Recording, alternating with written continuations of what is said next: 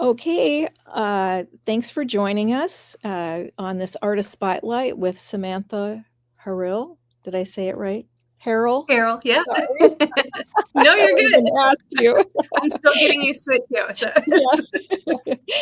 Yeah. My name is Kristin Eggerling. I'm the promotions specialist with the Northwest Minnesota Arts Council. And I've got Trey, Everett with us, and Samantha. So Trey, you can introduce yourself and then we'll move on to Samantha. Yeah, I'm Trey Everett. I'm the showcase specialist, which means I work with our galleries. We have a gallery in Thief River Falls, and Samantha has some of her work in that gallery currently. And then we have a gallery in Crookston. And we also have a traveling art gallery that goes around to various libraries in our 7-county region. And then we have our main big gallery every spring, the Northwest exhibit. And so I work with all of those and with various artists and try to make connections. And so I don't know when that was, Samantha. I came up to see you this summer at some point in Warroad and to see RiverPlace. And you gave me a great tour. It was awesome to talk with you and meet you. And yeah, I just want to turn it over to you right now. Just tell us a little bit about who you are and where you live and what you do. Great. Yeah. Like Trey said, so I'm up here in Warroad, Minnesota. I work full-time at RiverPlace. It's the new art center in Warroad. I'm the executive director there. And then when I go home or in my free time, I am a potter. And I've been doing pottery off and on now for just over 20 years. I think it's like 22 years now, I think it'll be. So pottery is definitely my passion there when it comes to how to express myself through art. And so I'm the artist behind Northern Spruce Studio. It's a studio that I have out of my home. I focus on stoneware pottery. So pottery that's meant to be used every day, everything from mugs, coffee mugs, to bowls for cereal and ice cream, to vases to have on your desk at work. I just really lean towards more of the everyday use functional stoneware pottery and find joy in having people be able to use my pieces in their day-to-day. Awesome. Samantha, you're in our current exhibit right now, the Artists of Northwest Minnesota, and you're in our booklet. Do you want to talk about your pieces in our exhibit? Yeah, I have 3 large pieces in the exhibit there. I tend to lean more towards earth tone pieces, and I think all of my pieces in your exhibit are more of that earth tone or navy blue colors. That's where I find my inspiration is in nature. I love to see, like trying to get that birch bark texture or the blues of the sky, some of those details, the textures, the more of the stone looking glazes. So I think some of the pieces that I have in your show right now, 3 large vases or jars that are meant to stand together as vessels. And I did some carving on the side of them just to give them a little texture and kind of separate them into 3 sections for each vase. So those are some of my recent favorites that I've done. I had them on a table at home, and then at a business, they had an open house, and I borrowed them to them in Warroad here. They had them shown on display for a little bit, and then I have them over at the show now, and I'm excited to go over there and see them for the artist reception. So that should be really fun. Great. Yeah, awesome. And so this exhibit, as you mentioned, we always have an artist reception with our exhibits, and so our artist reception is just next week. Yes. I got to check the date real quick. Thursday, I think. I hope. Yep. I think it's next Thursday. Next Thursday, November 6th, and so Awesome. that is at Thief River Falls. So those of you watching this, if you haven't been by, that's a great time to go see the exhibit because there'll be a lot of artists. Samantha, you said you'll be there, and there'll be other artists there, and we'll have you can meet the artist, you can take a look at the exhibit. We've got food and drinks there. And then the college, it will also have their community band performing that night. So you can go to the exhibit, then you can go listen to the band. So it's just a great time to go. And the exhibit starts at 6 and it goes till 8:30. You can come and go as you like. The band starts at 7. So just a reminder, everyone, put that on your calendar. And Samantha, I just want to ask you a little bit about your pottery. Can you explain or describe your process? Like, how do you said you use nature as inspiration. How do you start, and when do you like to work? Are you like working till 3 in the morning? I mean, tell us a little bit about your process. Yeah, I usually start with an idea, either it's form or function. Sometimes that can happen anywhere. If my husband and I are out having brunch and there's like a coffee cup that just fits my hand just right, and they did something different with the handle, I'll run. I'm like, okay, well, we got to hurry up and eat because I want to go home and I want to make this mug that inspired me. So sometimes it's function. Like just, or needing a purpose for something. If we need a decoration for our Christmas tree, for example, to celebrate, we were talking a little bit that my name just changed recently. So we had just gotten married this year. So maybe it's a Christmas ornament that we want to hang on our tree this year that says, our last name and when we got married, or if it's a mug that I fell in love with holding when we were going out for brunch. Sometimes it's more functional that way. And I get really excited and I immediately have to run home, or I have to sketch it all down on my sketchbook before that leaves me. And sometimes it's more about the color and the glaze. So if we're in nature, we like to go on hiking trips a lot, backpacking. We live in northern Minnesota. It's beautiful anywhere you go. So we're very fortunate that way. So if we're going for a snowshoe walk out in the woods and the trees are all beautifully frosted up, sometimes inspiration comes that way with what glaze could I use that would look frosty on a mug. And sometimes that's more trial and error, experimental. Sometimes that process takes a little bit longer if I'm trying to capture that color rather than more of a function.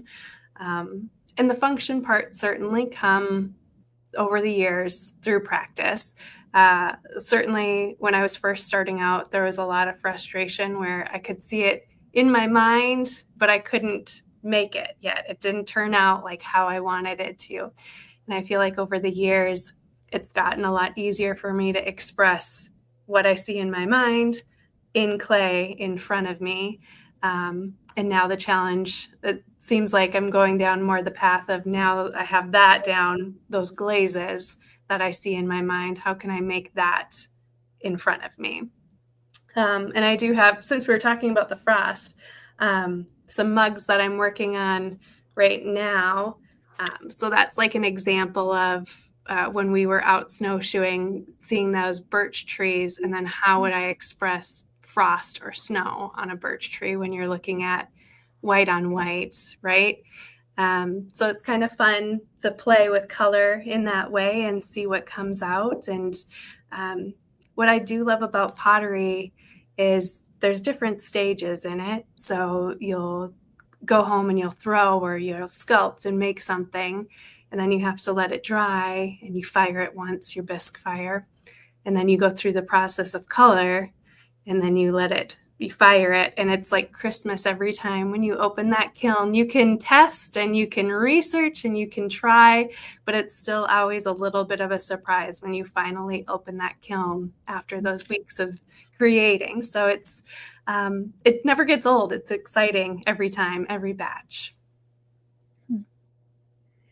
How did you come to create pottery?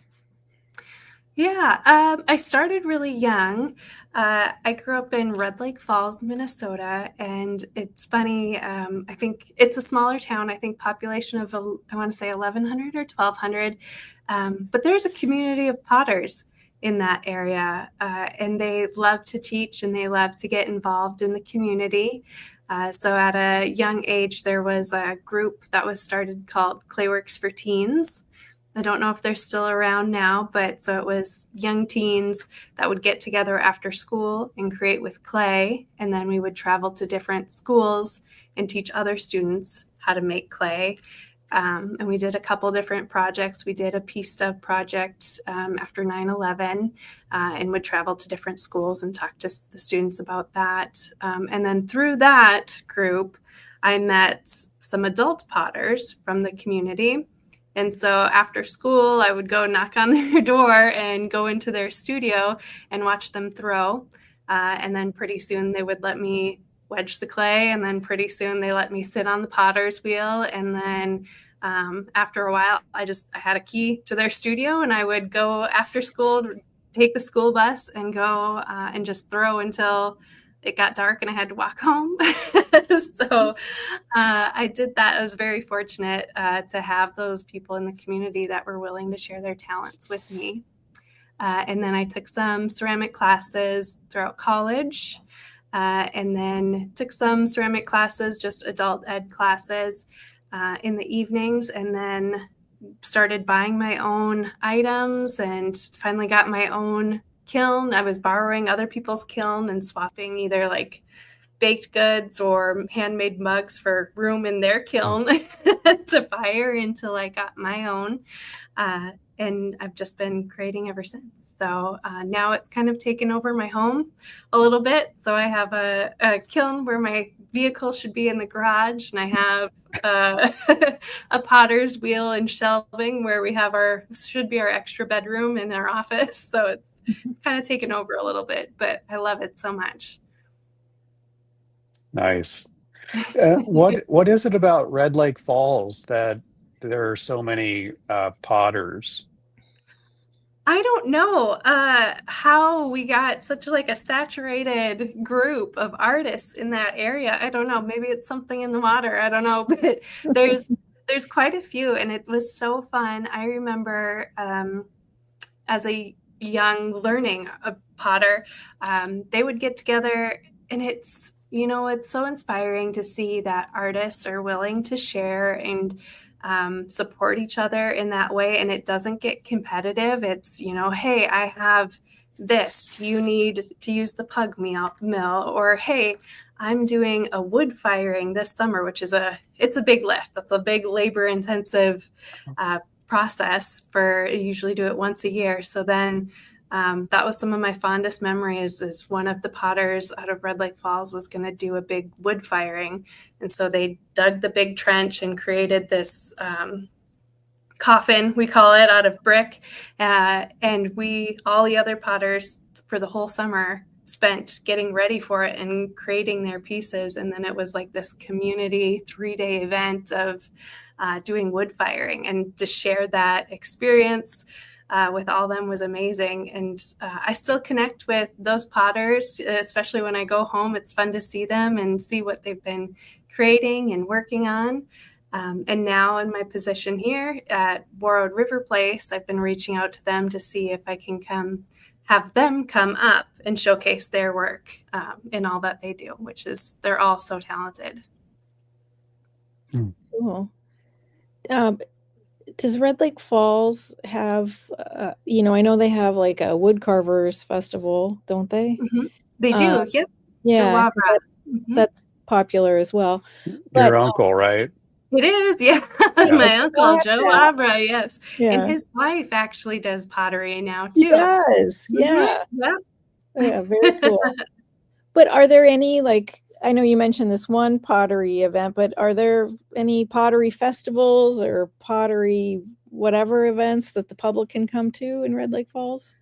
Not that I know of anymore. And, I've been thinking about that a lot. And now that I'm kind of in a space where I have a kiln of my own and working at RiverPlace and trying to bring more arts to the community.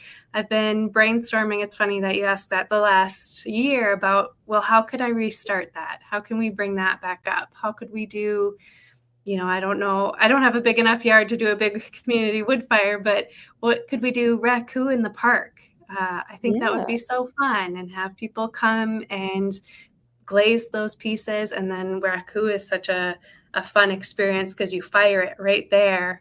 And everybody helps, and you have these different tubs of the different combustibles, like wood shavings or newspaper, and like to be able to see that and have somebody take home that piece that same day, rather than with the electric kiln, which is what I typically use to make the stoneware pieces. That's a several day process, between glazing and getting the kiln all packed tight and letting it fire and letting it cool down.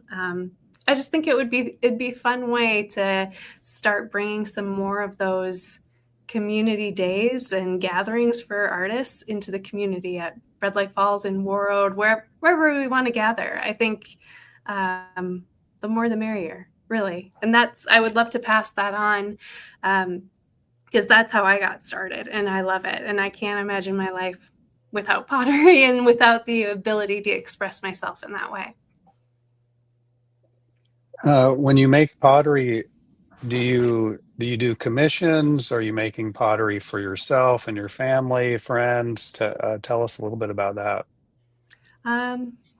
Yes, and yes. I think it starts off sometimes just making for myself, and some of those, when I get really excited, if I see that mug when we're out eating, I'll make one for myself, and then it's usually I have somebody over, or I bring it to the office and somebody asks, well, do you have more of those? Can I have one of those? And then I'm like, oh, well, I didn't know anybody else would want. Okay, yeah. And then I'll make a batch of them. And I go to some of the craft vendor shows, the festivals. I do have my work in a couple shops. At Warroad, I have it at Blooming Creations, the floral shop in town here, and in Roseau at the Bead Gypsy. I have some pieces there. I do have a website, and since I kind of, once it got close to wedding time, I really haven't restocked on my website, but that's my goal here this next week, is to get some holiday items posted on my website to sell. But I do commission work as well. I really like the challenge of commission work.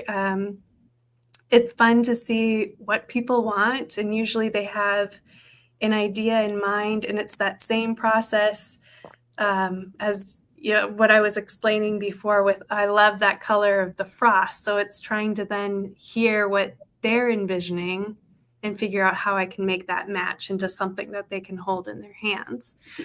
Right now I'm working on a commission piece for a restaurant to do some plates for them for their burgers. So I'm excited to work on that. And they're wanting to help in the glazing process. So have their kids come over to my house to help glaze the plates, which I think would be really fun and meaningful for them as well. Yeah. So Cool. can people, if they wanted to ask you about a commission or, ask you questions about your work, they can contact you through your website? Is that the best way, or? Yep, through my website. I'm also on Facebook, Northern Spruce Studio. So either send me a message through there, or on my website, I have a little form to fill out if you're interested in doing a commission piece. And I am open to commissions. Now, I did have a little post on there that during our wedding while I was gone that I wasn't taking on anymore, but I'm excited to be back at the wheel. I think I was throwing this morning till almost 2 this morning, just because I'm back I'm thinking about the holidays and excited to create. So I had envisioned in my mind last night Christmas trees for the dining room table. So that's what my mission was last night. Do you have any holiday events? I know you said you go to different things, but are there things coming up before the holidays where you sell items, or? I'm a little bit lighter this year just because I missed some of the early fall vendor shows. But there's one in Red Lake Falls that I always do. Actually, Joe Wavra, who does the carving, does Santa Days. So at his studio, which is amazing, he invites Mr. and Mrs. Claus. They make an appearance to come say hi. And then he has some local vendors in there, and he shows off his carvings. I go there with my pottery. We have some people making homemade breads. So I'll definitely go to that one again this year, and one in Thief River as well. That's coming up in November at the Ralph, I believe, the arena there. So yeah, it's coming up quick. Yeah. Wow. Do you have certain artists that you really look to for inspiration, whether they're local artists or just anywhere in the world that you can tell us about? Yeah. Well, I think the local ones, Anne Pearsall, definitely holds a special place in my heart. She's out of Red Lake Falls, and she does amazing like brushwork with her glazes. Like it always she can just, the confidence she has to flick her brush and all of a sudden she's made this beautiful flower, whereas I'll like really get in there and like take my time. She's very expressive, and I love that. Keith Brymer Jones, he's out of the UK. I haven't met him, but I follow him on all the social media, and he's does a lot of functional wares, and he gets very emotional about talking about the ceramic process, and I love following him. He's a big inspiration to me. John Schmidt, he's out of the Minneapolis area. He's an amazing potter. He does a lot of stoneware as well. So I really enjoy seeing the pieces. He's kind of got the same mindset as wanting to just get a mug in somebody's hands. And I love his combination of glazes. He does a lot of dip glazing rather than brushwork glazing. So, which is what I typically do too. Like a lot of I feel like I'm switching. I have stuff in both mugs, but I do a lot with dipping. I wish I did more with detailed brushworks, like how Anne Pearsall does. So that's a goal of mine, but I really like seeing how different glazes react with each other when you layer them on top, when you do the dipping effect. And I'm sure many more. Butch Holden out of Bemidji does amazing work. I've seen him throw a couple times at demonstrations at Bemidji State University. He can just make anything like 2 minutes, and he'll have this beautiful like Easter basket that he's just thrown and cut up on a potter's wheel. It's incredible. I don't know. I've tried to do it myself after I watch him, and he just makes it look like it's effortless.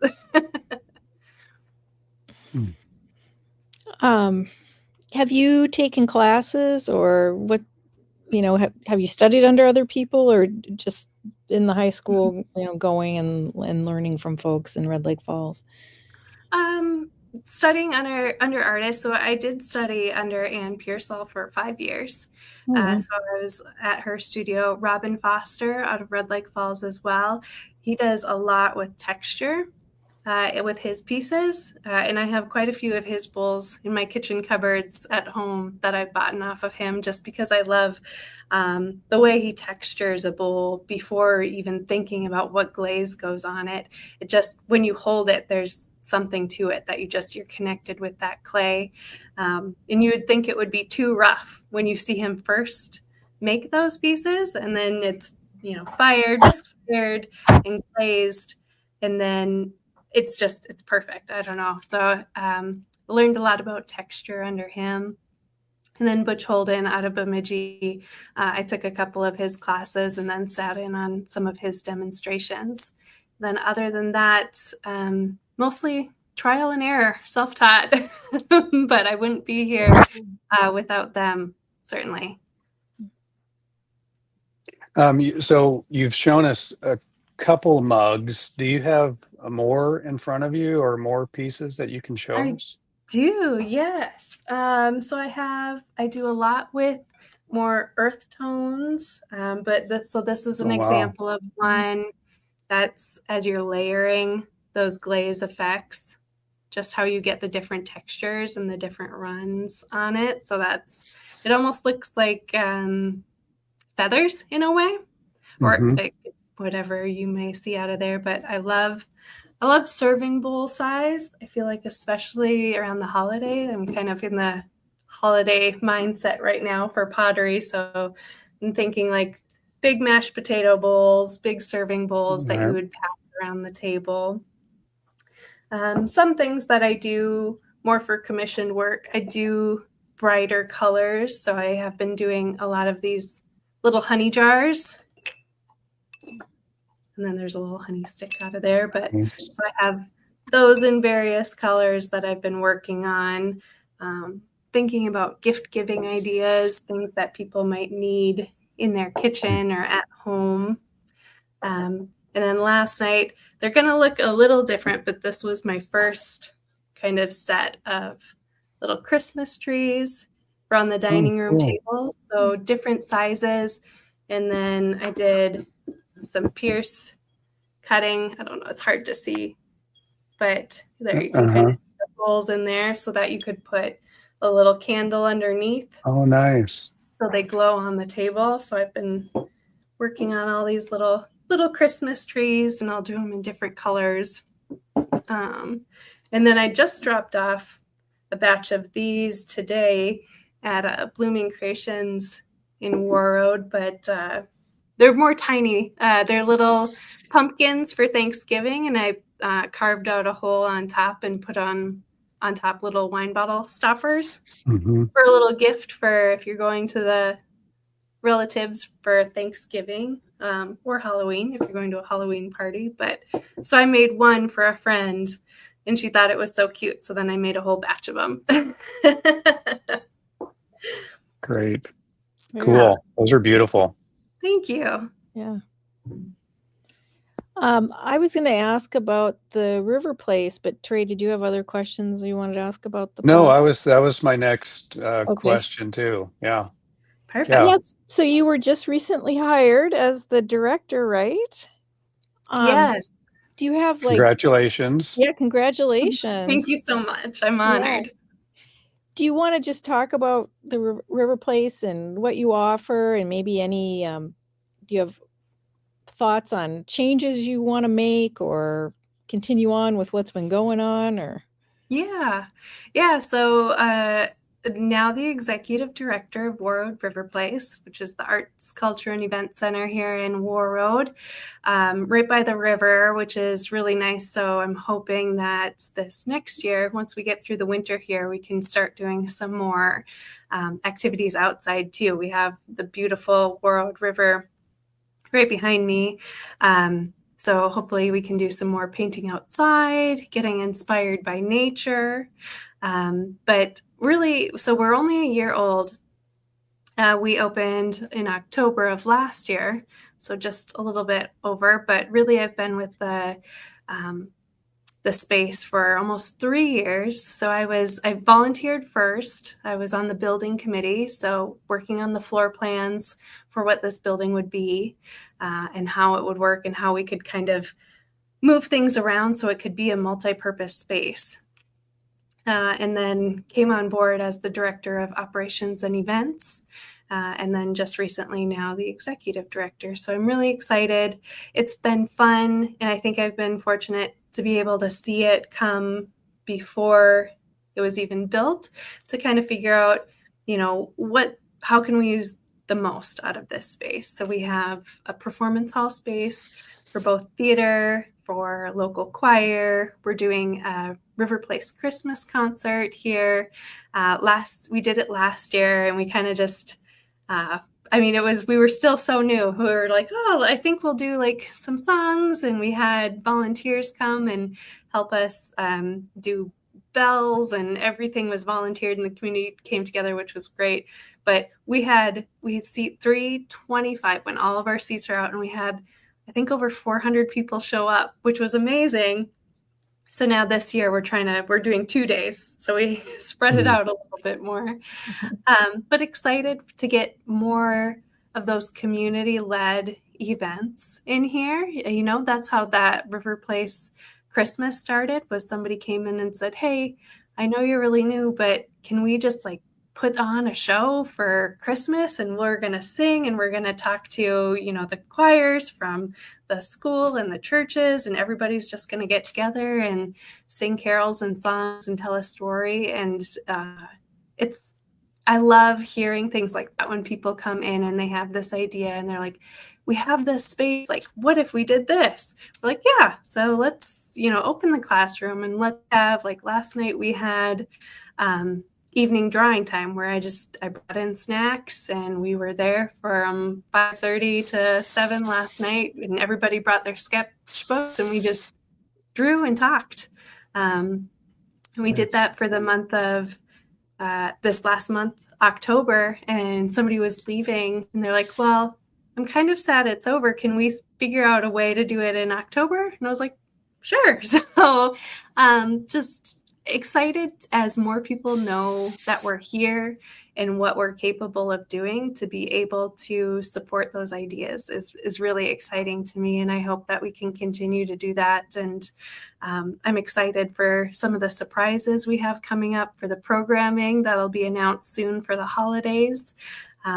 It's been a wonderful place for people to come and explore and to learn new things, and also to showcase some of the artists that we have in our community. And Warroad's one of those communities as well. Like, I've been talking about Red Lake Falls, my hometown, but there is so much talent in this area, and I feel like we don't even know, who's living next door, and they come home after work and they're making these beautiful quilts or tapestries, or somebody that has this amazing sketching ability that's sitting across from you in the conference room that you never knew had this talent. And to be able to invite those people in to show that is really exciting to me.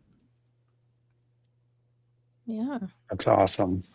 Yeah. And so it's been open for about a year now, you said. Yeah. And can you just tell us where it's located, just so people can have an idea? Yep. So in Warroad, our street address is 103 State Avenue. If you're familiar with the town, we're right across the street from the Marvin Home Center, and right next door to the Hampton, which is really nice for when we have people that are coming out of town. You can just stay at the hotel there and literally walk over, which is nice. We are, as many towns are, experiencing some road construction. So there is a little bit of construction outside our building. So we have a temporary sign right on the road there, right before all the signs say, oh, construction coming, like in a couple feet here, so many yards. So it is a little hard to see our sign right now during the construction, but if you bear with us through that, we'll get our final signage out there when they're done with they're redoing the bridge right next to our building here. So once that's complete, we'll have some more signage on the road. Okay. And RiverPlace is where the Northwest Minnesota Arts Council is having our next Northwest exhibit. Yes. So that will be next spring. So that's exciting. I'm glad we get to work with you and to have the exhibit there at RiverPlace. We're so excited about it. Yes, we had a staff meeting on Tuesday, and I was telling everybody about it and I was looking up some pictures of some of the previous exhibits that you guys had done, and everybody's so excited to host it here. So we can't wait. Oh, good. And one thing when you were giving me a tour of the facilities, you were telling me about one offering is you have that awesome teaching space with the lighting and the tables. And so artists can come in and teach classes and things like that. Can you just tell us a little bit about that? Yeah, so we have a classroom space in RiverPlace as well. We kind of have 3 different sections of the building that serve different purposes, and it changes depending on what we do. But we have a gallery space, which is open during our business hours for free. Everybody can come and look at the art, and we rotate art out. We have that performance hall where we have that theater seats, or sometimes it's banquet tables. But then we have the classroom space, which is kind of a maker space.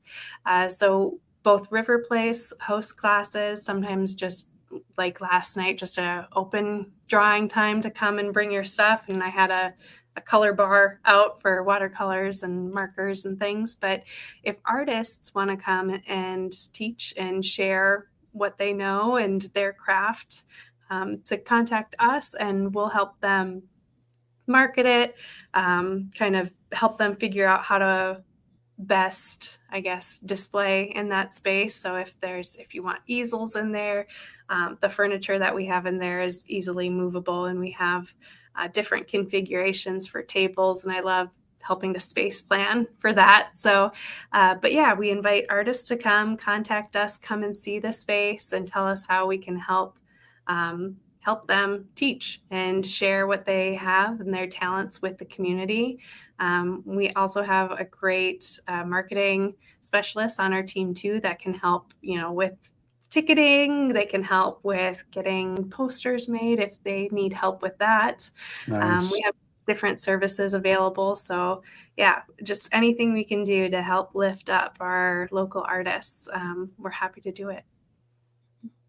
That's amazing. That's awesome. And you also serve as space for other organizations in the area who, take advantage of it, who maybe in the past were meeting elsewhere, or I'm just thinking of like Warroad Summer Theater, or the folk school there, or the Northern Lights concert series. Yep. Yeah, so we partner with them. We do both private rentals. So, we do have, we've held some conferences here, or some meetings that require private space, and we don't post those publicly. But for somebody looking for that service, that's something that we do provide. We just don't advertise that, so-and-so's here for private meeting, but we do provide that space if we have that space available. And then we have partners, you're exactly right, like the Warroad Summer Theater, the Folk School, the Northern Lights concert series that we partner with to help provide a space for them for their events or services. Okay. Yeah. Yeah. Is there anything else that you would like to share about yourself, about your artwork or pottery that we just didn't touch on?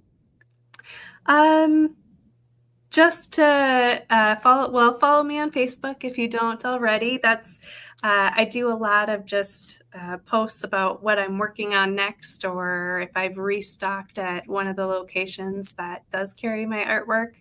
I'll usually post on Facebook there, and that to thank everybody for bearing with me that I haven't updated my website with my inventory while we got through the wedding, but that is on my to-do list here actually this weekend. So I'm excited for some of the holiday things that I've been working on, and just that I appreciate everybody's support. It's I'm very blessed to be able to do the things that I do, and I'm so surprised every time I go to the market and somebody does want to buy my mugs or gift something of mine to somebody. It's like, it means so much that people do use my pieces, and it inspires me to make more. And it's just contagious, because then every time I go out, I want to support, the next local artist and buy one of their pieces.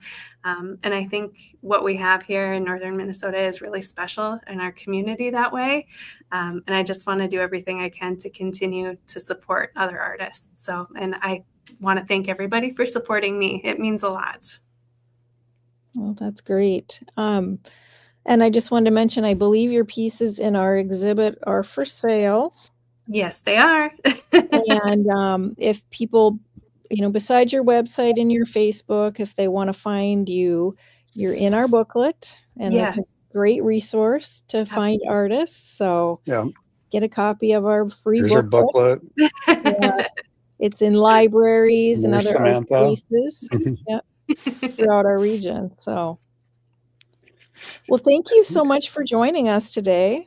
Thank you. Really been I a really great appreciate it. Good. Yeah, this has been really good. Thanks, Samantha. And let me just say a little bit more about the exhibit. So the exhibit is featuring our artist and our booklet. And there are 18 different artists in our exhibit. We have 106 different pieces from charcoal, pastel, photo, written material, mixed media, glass, sculpture, pottery, as we've talked about, collage, acrylic, and oil. So it's a really rich exhibit.